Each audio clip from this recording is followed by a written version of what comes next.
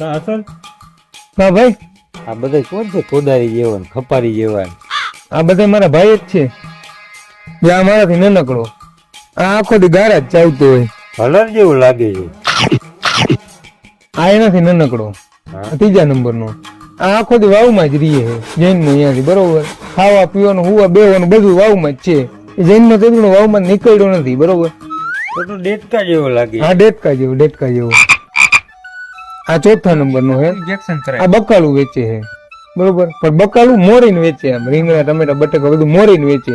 તમારે ડાયરેક્ટ ઘરે વઘારવાનું જ રહીએ. ધંધો જ કાપકૂટ કરીને વેચવાનું. આ ભાઈ 5મા નંબરનો લાગે છે. ના ના, આ 5મા નંબરનો નથી. 5મા નંબરનો તો ખોવાઈ ગયો. જૈનમાં કીધું નહીં, મહિલો જ નથી. તો આ ખપારી જેવો કોણ છે? આ ખપારી જેવો તો ગુરુદ્વાર ચોકડી હતી, 650 રૂપિયાનો લીધો છે. ગાડી આવતી હતી ને.